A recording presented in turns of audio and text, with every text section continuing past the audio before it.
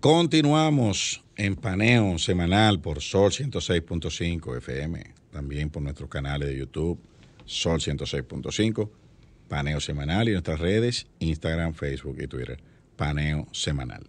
Bueno, vámonos al plano local porque hemos... O sea que dejamos en el internacional el tema de la India, que tiene que ver mucho con algo que está pasando aquí en el país.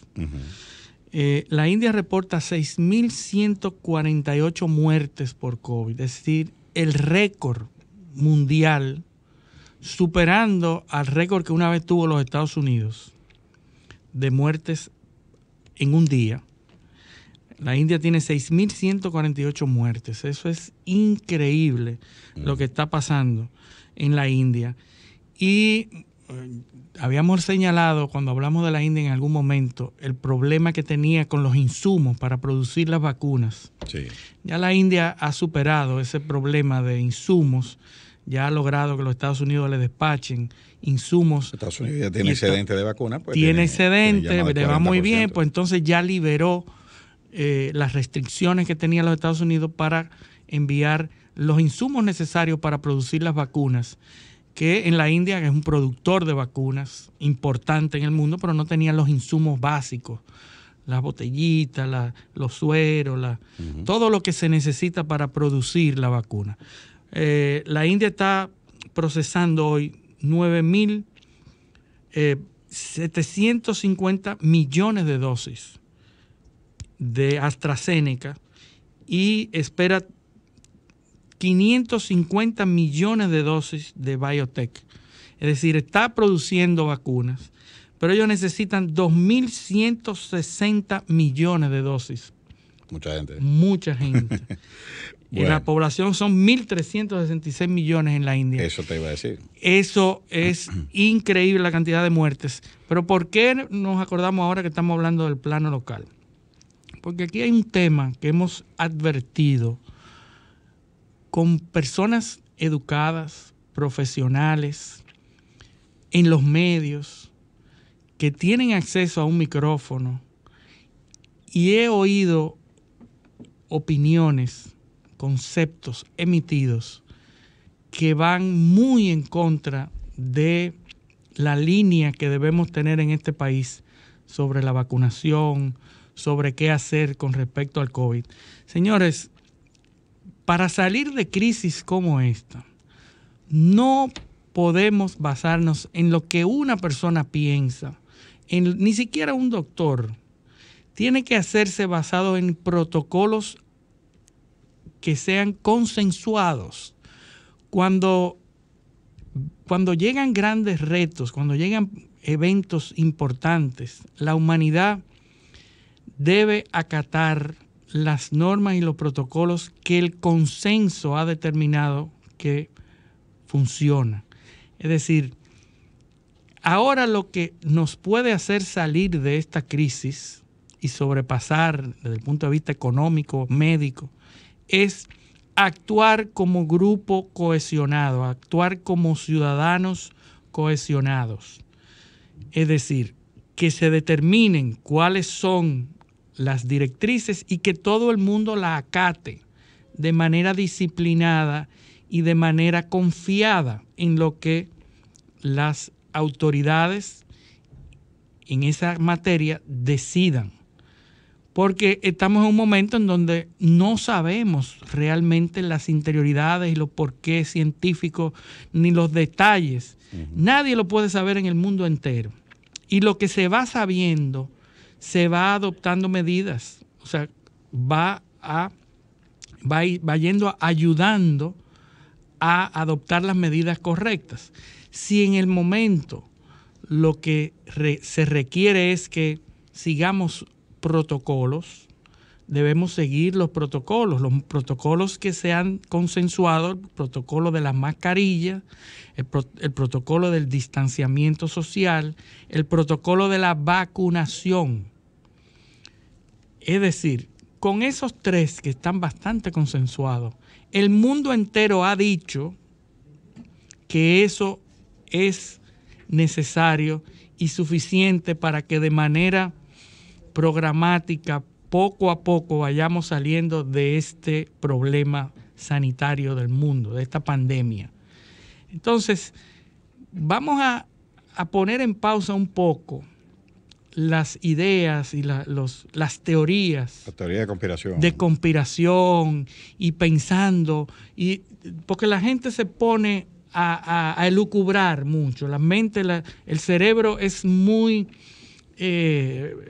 inquieto. Hay una sobreutilización del cerebro. Sobreutilización porque y todo el mundo ve el mundo desde el punto de vista propio, con las variables que tiene a su mano, ¿verdad? Claro. Pero el sentido común, lo único que llama en este momento a hacer es acatar las medidas protocolarias que las autoridades están imponiendo o requiriendo de la ciudadanía. Esto es ya a las autoridades les toca educar. Creo que podemos educar más. Sí. Creo que los medios... Pero da pena ver gente, ver profesionales. Profesionales. Diciendo una serie de cosas. Pero que, uno se queda aterrado. Unos análisis, Eliseo, que comunicadores, en muchos casos, en medios comunicadores, personas que llaman a los programas y hablan y hacen unos análisis que, lejos de mostrar su ignorancia, lo que hacen es crear la duda en muchas personas. Ese es el daño que eso hace. Eso es... Precisamente ahí que eso es fatal, porque entonces tú hablas y dices, pero eso lo dijeron en la radio. Sí, eso lo dijo fulano. Y lo dijo fulano. El doctor fulano. Correcto. Entonces, es momento de que como conglomerado humano acatemos las directrices de la autoridad. Porque por eso es que la humanidad ha triunfado. Por la actuación en bloque, por la actuación en grupo. Como sociedad. Dice, Noah Harari dice, la razón por la cual nos aislamos de los demás animales es por nuestra capacidad de cooperación como masa. El triunfo del sapiens, el lenguaje, la revolución del lenguaje. La revolución del lenguaje y cómo pudimos hacer primero la adaptación y luego la actuación como sociedad, como grupo social. Entonces, eso había que decirlo porque debemos todos acudir a las campañas de vacunación, vacunarnos primera, segunda dosis, debemos continuar con el uso de las mascarillas, debemos continuar con el distanciamiento social. Bueno, y en ese mismo orden, aunque en una vertiente diferente, esta semana vimos un escarceo del Colegio Médico. Oh, sí. Donde hay un diferendo. Lógicamente, yo no le estoy dando la razón a ninguno de los dos bandos, pero la racionalidad tiene que imponerse en estos momentos. Entonces, el Colegio Médico tiene un problema con unas ARS, porque por los montos que se le están pagando, las condiciones, ellos no están conformes. Sí, pueden ser muy justos los reclamos. Puede ser justo, injusto. La ARS también hay que escucharla, pues deben tener su versión de por qué eso es así. Pues aquí se quiere satanizar, el maniqueísmo no es bueno en la discusión. Exacto. Negro o blanco. Exacto. ¿No? Y la verdad absoluta, la razón está en un lado y el otro, nada.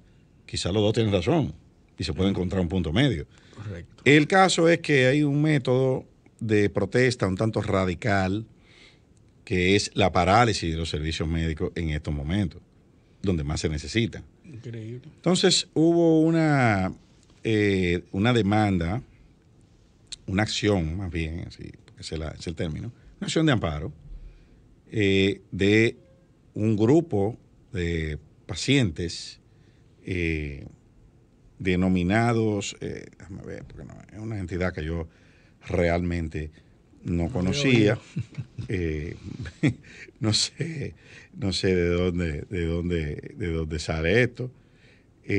Bueno, pero una entidad, era una entidad desconocida hasta ahora para mí, que acciona para el CONATI, se llama. CONATI, no, la sigla sí, míralo aquí.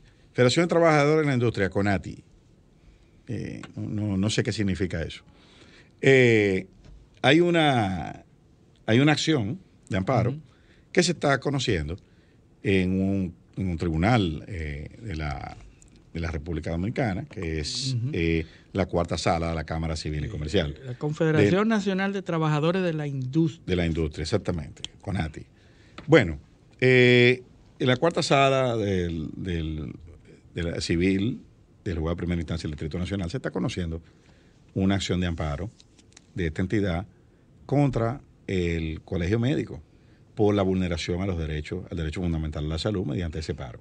Ya que hay unos precedentes de eso, recordamos una vez que se convocó una huelga de la ADP, y me parece que fue en Barahona, que se dio una acción de amparo ahí, y un juez determinó que la huelga vulneraba los derechos, el derecho fundamental a la educación. Garantizado por la Constitución. Falló en contra. Y lo mismo está sucediendo aquí. No ha fallado, pero de manera cautelar le ordenó a los médicos continuar prestando el servicio. Entonces eso generó una reacción airada de Waldo Ariel Suero. Como siempre. Sí, sí. Bueno, pero ese es su temperamento, eso es su papel. Y para eso así, que los médicos lo pusieron ahí. Y así ha conseguido muchas reivindicaciones para los médicos mediante ese método de lucha. Bueno, pues entonces esto ha radicalizado un poco. Hubo unas declaraciones recientes de Pedro Brache, presidente del CONEP, que dijo que los médicos lo que tienen que irse a trabajar. Y entonces Waldo Ariel agarró esas declaraciones, más esta decisión, y lo que ha dicho ha convertido esto en una lucha social, que ellos desde su villa, porque son ricos, y los empresarios, bueno, y eso se ha ido por ahí. Y recordamos que en ese video que anda por las redes, el conglomerado de los médicos ahí gritaron eufóricamente, un aplauso. Guerra. O sea, los médicos como si fueran... Sí, ese MD unido, jamás se han sido. Como si fueran obreros de una sindicato. Sí, porque fue un grito de guerra lo que han lanzado. Aquí no he llamado al diálogo, nada de eso. Entonces, bueno, esperamos que en esta situación de salud, esta coyuntura importante, se necesita a los médicos. Y los médicos deben ser valorados. Deben ser compensados adecuadamente por el sistema de salud, tanto público como privado. Porque sin médicos ahora mismo estuviésemos mucho peor. Yo creo que el gobierno puede hacer lo mismo que está haciendo, el mismo sacrificio que está haciendo para la compra de las vacunas. Hacer un sacrificio con los médicos. Mediar en ese conflicto, porque es un conflicto de carácter privado, pero que va a afectar a los ciudadanos. Entonces ahí el gobierno debe jugar un rol de mediador en esto y facilitar el diálogo. Pero ojalá esto se resuelva. Bueno, Luis, y vamos a las noticias económicas. Aquí volvemos a ver, lo dejé descansar un par de semanas, del tema de la ejecución presupuestaria, con la esperanza de poderle dar buenas noticias. Pero me temo que esa espera fue en vano. Porque ¿qué ha sucedido? Bueno, lo mismo que ha estado sucediendo en los últimos meses con el tema de la ejecución presupuestaria. Hay un retraso preocupante en el tema de la inversión de capital. Gravísimo, difícil. Veamos, para que veamos dónde estamos. La partida de gasto de capital presupuestada son 123.158 millones de pesos para este año. ¿Sabe cuánto llevábamos al 4 de junio ejecutado de eso? 20.198 millones. ¿Qué es lo que está pasando con eso, Eliseo? ¿Por qué no se está ejecutando? Porque eso debe ser algo bueno, algo favorable para el gobierno ejecutar. Eso se puede explicar de varias formas. Los ingresos de capital, te dije los gastos primero, ¿verdad? Los ingresos de capital que hay en el presupuesto, que ahí que está la raíz de esa parálisis, y de la parálisis. Una no ejecución que tiene prácticamente paralizado ese sector. Pues yo te voy a decir ahora qué ha estado pasando ahí. Ujú. Los ingresos de capital son presupuestados, son 89,000 millones de pesos. Devengado hasta ahora de esos ingresos. ¿Tú sabes cuánto van? 4,384 millones. De 89,000 millones. ¿Tú ves? ¿Por qué se origina eso? Porque hay una partida de ingreso de capital de 87,000 millones que era por concepto de venta de activos del sector eléctrico, que no se ha dado, no se ha hablado y aparentemente no se va a dar. ¿Tú ves? Ya. Entonces tú tienes un hueco ahí de 87,000 millones de pesos que tú no puedes, no tienes de dónde sacarlo. Pero cuando tú te vas al tema, a la ejecución objetal del presupuesto, el informe de semanal, ¿no? Cuando tú vas a la partida de obras, te encuentras de esos 120,000 millones que te dije al principio, la partida de obras es 47,195 millones. ¿Tú sabes cuánto se ha ejecutado de eso? 4,400 millones. Uf. O sea, estamos hablando del 10%. El 10% de lo que hay presupuestado, habiendo transcurrido ya el 40% del año.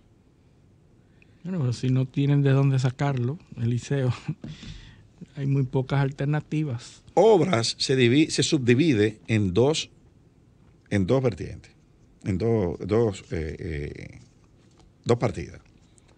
Edificaciones tiene 21,294 millones. ¿Tú sabes cuánto se ha ejecutado de eso? De 21,294 millones. Se han ejecutado 1,968 millones. Increíble. 5%. Infraestructura, 24,454 millones. ¿Sabe cuánto se ha ejecutado? 2,498 millones. Esa es la parálisis de la construcción oficial que se está viendo en el país. O sea, literalmente, aquí no se está haciendo nada en materia de obras públicas. Nada. Porque si tú de lo que tú has presupuestado, en el 40% del año, tú no llegas al 10% en ninguna de estas dos partidas. O sea, ninguna. Hay una, la que más, donde más tú estás llegando es en la de infraestructura y apenas estás rozando el 10%. Porque en la de edificaciones tú no llegas ni al 7%. Eliseo, ¿y cómo va el tema de la vacunación, por ejemplo? Porque por otro lado, nosotros vemos que hay un especial interés del gobierno en las campañas de vacunación, que de una manera u otra es una inversión, que no es no va a tener retorno de capitales, ni se puede contabilizar como inversión de capitales, pero estamos viendo un gobierno muy activo en las campañas de vacunación y comprando dosis. Ya sí llegó la dosis, las vacunas de Pfizer, ya se inició. Es decir, claro, la actividad que nosotros vemos es de vacunación, aunque no estamos viendo a la gente en la calle, estamos trabajando, gobierno que trabaja, en la obra pública. No pueden decirlo. No la estamos viendo, no se ven. Entonces no existen, porque tú acabas de decir que hay un 10% que no llega, ni siquiera un 10%. Ahora, por otro lado, vemos un gobierno enfocado en unas campañas de vacunación. Porque el gasto corriente no tiene problema. Sí. En el gasto corriente no hay problema. Eso se está ejecutando todos los ministerios, excepto el que tiene que ver con edificaciones, que es obra pública. Yo te puedo enseñar que es el ministerio que tiene el mayor nivel de rezago en ejecución presupuestaria. Claro, porque son obras de infraestructura. No le están dando nada. O sea, el presupuesto de obra pública, yo te voy a enseñar. Y el presupuesto de salud pública, entonces, con respecto a otros años, tiene que haber un incremento. Sí, ahí no hay problema. Ahí no hay problema. Yo te voy a buscar. Pero está gastando más de la cuenta. Por supuesto. Mira, el Ministerio de Obras Públicas, aquí está la partida, Obras Públicas, tiene presupuestado 48.788 millones. Y se le han desembolsado 8.450. Al 4 de junio, Sí. O sea, ahí tú tienes, ¿qué es lo que le están dando a Obras Públicas? La nómina. La nómina, correcto. Porque cuando tú le haces el breakdown y le sacas la partida de gasto corriente, no le han dado nada. No le han dado nada. Esa es la verdad. Entonces, aquí no está haciendo nada. No se está cumpliendo lo que dice el presupuesto, pero estamos viendo que a lo mejor lo que está pasando con el gobierno es que está enfocando sus gastos y su inversión en el sector salud. Pero es que el presupuesto tú tienes que cumplirlo. Porque es una ley. Correcto. Pero una cosa es lo que se escribe y una cosa es la realidad. Pero mira el informe presupuestario, por ejemplo, del mes de abril de 2021, que es el último que se ha publicado, informe mensual.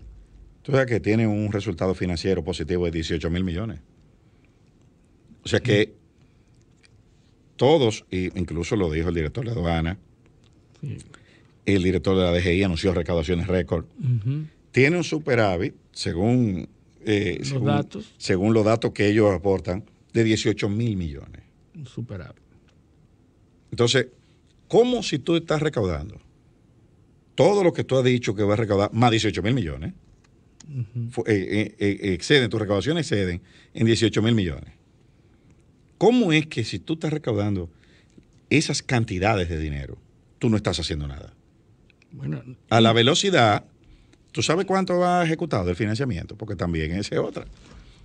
Esa es otra.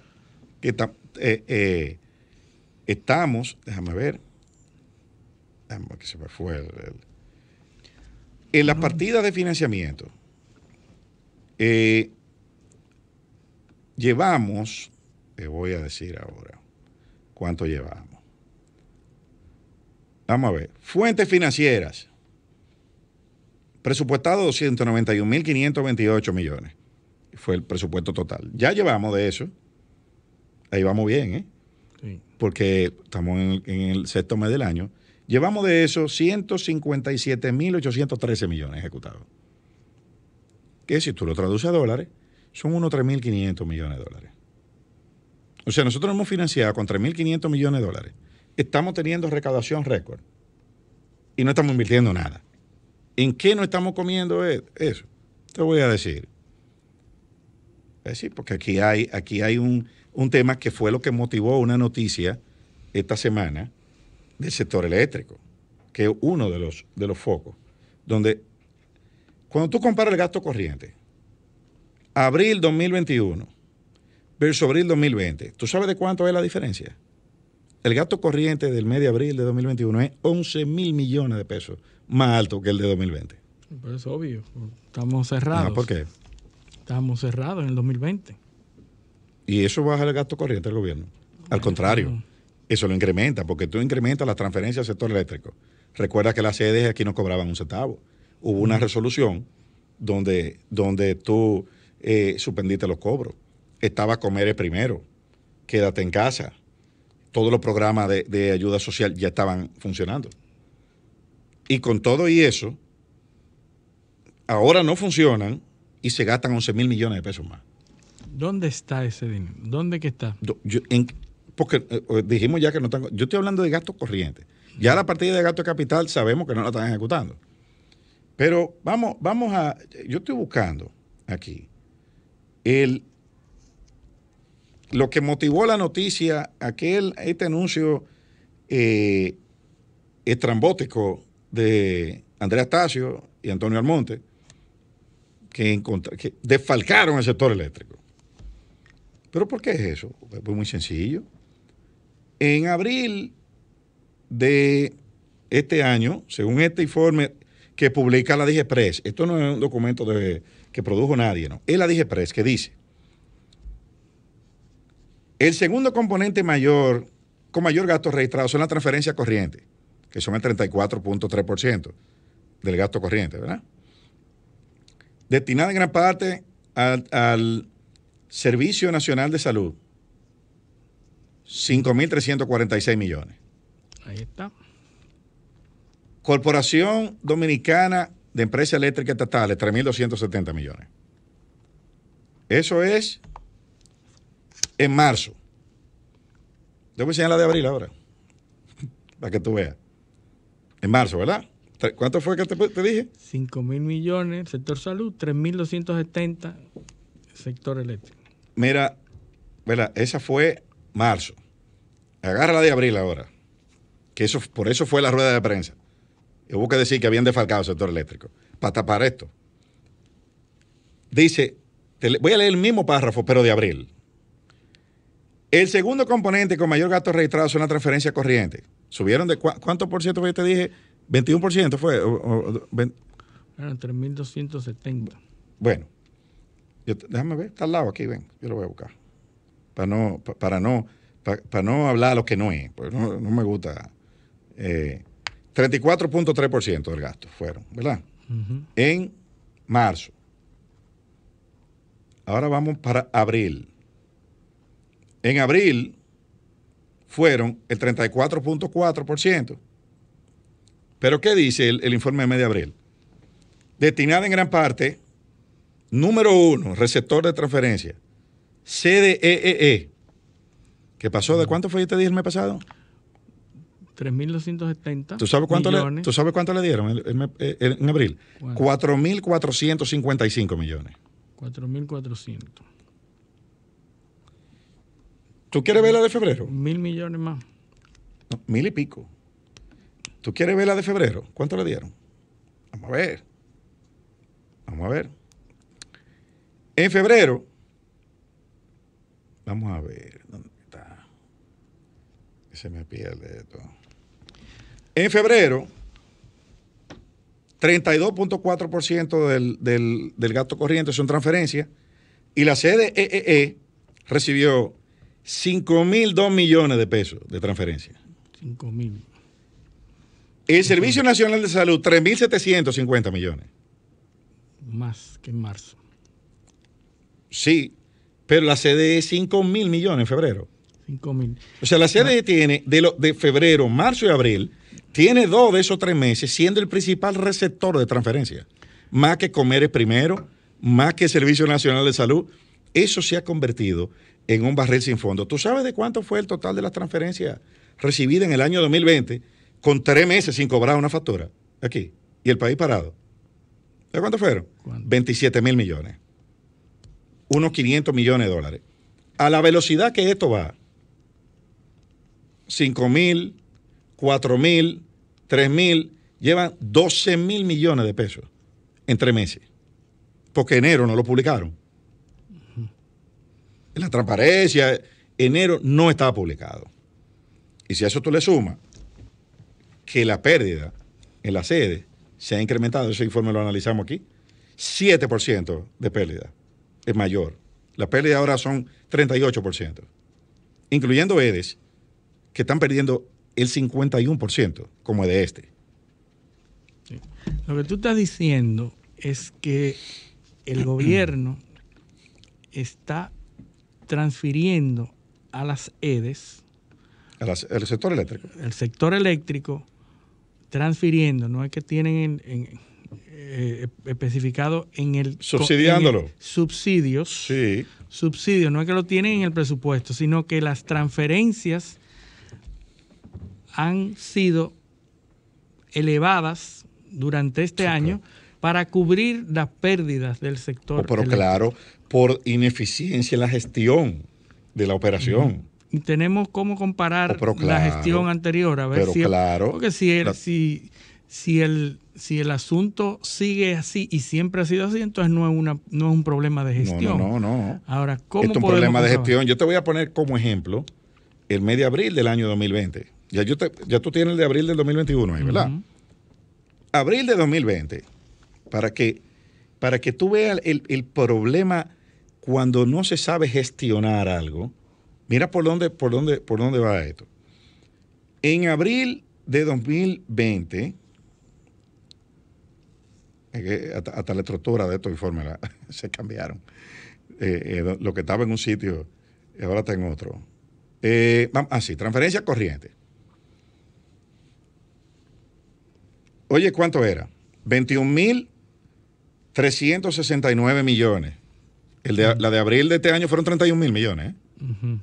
La del 2020, 21.000 millones. 10.000 millones menos. Uh-huh. Con un incremento de 8.145 millones con respecto a abril de 2019. Uh-huh. ¿Oíste? Ya ahí estaban incrementadas. 8.000 millones en 12 meses. Ajá, ya ahí estaba incrementada. ¿Por qué? El programa Quédate en Casa se llevó 7.484 millones. Que lo quitaron. Uh-huh. El Servicio Nacional de Salud se llevó 3.600 millones. La CDEE, 2.130 millones. ¿Oíste? 2.130. Ahora ¿Y el de abril? El doble. ¿Y el de abril? ¿De este año? 4.384. Exactamente. Se ha incrementado el doble. Ha duplicado el costo del sector eléctrico. Sí. Las pérdidas. Sí, la transferencia. Las transferencias. Entonces, cuando tú ves los indicadores que salieron publicados del primer trimestre, ¿qué tú ves ahí? Nivel de cobranza, menor. Costo en nómina, mayor. Pérdida técnica, menor. Inversión en reducción de pérdida, reducida en un 65%. Entonces tú tienes un problema de gestión en el sector eléctrico. De gestión. Eso tú puedes anunciar 100 escándalos, decir que ahí desfalcaron. Porque fíjate una cosa, el titular de la noticia es un supuesto desfalco. Pero el texto de la noticia, ¿tú sabes lo que es? Bueno, que se compró algo, que se podía comprar de otra forma, y que si se compraba de otra forma, no economizábamos tanto. Ese es el texto de la noticia. Y que bueno, que estamos auditando. Y si encontramos algo, lo vamos a someter a la Procuraduría. Bueno. Ese es el texto. Pero todo eso es por esto. Y ahí tienen que rodar cabeza en ese sector. Bueno, ya han rodado. No, renunció. Bueno, eso es lo que él dice. Sí, bueno, él dio unas declaraciones. Él dijo que renunció por problemas internos en el manejo. Porque ahí el gobierno luce perdido. Un decreto para liquidar la CDE, que sí, que no, que espérate. Óyeme. Una denuncia de inconstitucionalidad. Hay unos cuestionamientos legales serios. Ahí ya hay una acción de inconstitucionalidad. O sea, esto le va a dar trabajo y esto se le ha ido de las manos. Porque tú vas a pasar de 500 millones de dólares, de dar 27.000 millones de pesos en subsidio, a terminar con 30. Bueno, si a la velocidad que esto va, de 3.500, 4.000 millones de pesos de subsidio, tú vas a terminar en 1.000 millones de dólares. Algunos analistas establecen que el subsidio eléctrico va a terminar en más de 1.200 millones de dólares este año. Bueno, eso es irrecuperable. Yo pienso que aquí lo que hay es el pacto eléctrico, ¿cómo negociar con el sector privado. No, lo que pasa es que nosotros no lo estamos viendo aislado. ¿Cómo tú vas a negociar un pacto fiscal si tú no tienes esto resuelto? Tú le vas a decir a la ciudadanía, vamos a hacer una reforma fiscal para yo pagar el principal. Yo le estoy quitando comer primero, quédate en casa, o reduciéndolo para meterlo en un barril sin fondo que yo mismo he creado. Por la falta de criterio gerencial, donde va una comisión de senadores a ver Punta Catalina y no lo dejan entrar. Donde están licitando una compra de unos equipos que se dañaron en esta gestión por mal manejo, porque votaron a todos los técnicos. O sea, esto es una cuestión